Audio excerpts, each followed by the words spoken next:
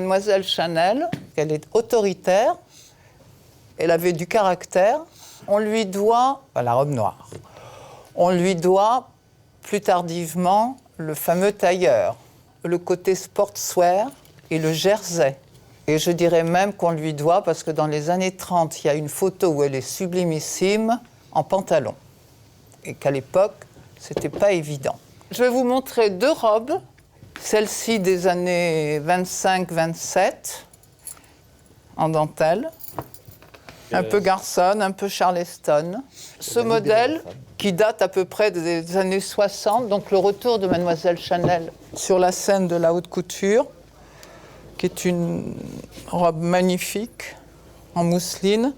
Alors celui-ci est intéressant parce qu'il date tout de suite après le décès de Mademoiselle.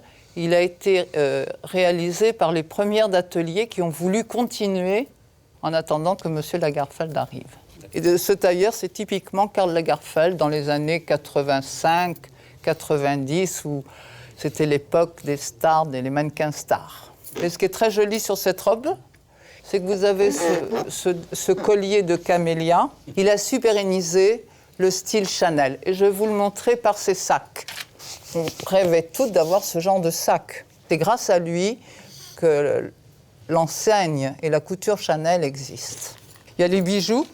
Ça, c'est l'époque de Mademoiselle Chanel. Ça, c'est une ceinture également de son époque. C'est le chapeau, c'est la forme du chapeau de Mademoiselle Chanel, parce qu'elle ne supportait pas sortir sans chapeau ou montrer ses genoux. Elle nous a annoncé la prise de pouvoir des femmes, quoi, c'est tout. Elle est merveilleuse. C'est une grande artiste. Alors, nous avons 2 jours de vente, une journée d'exposition et beaucoup d'heures de travail comme la haute couture.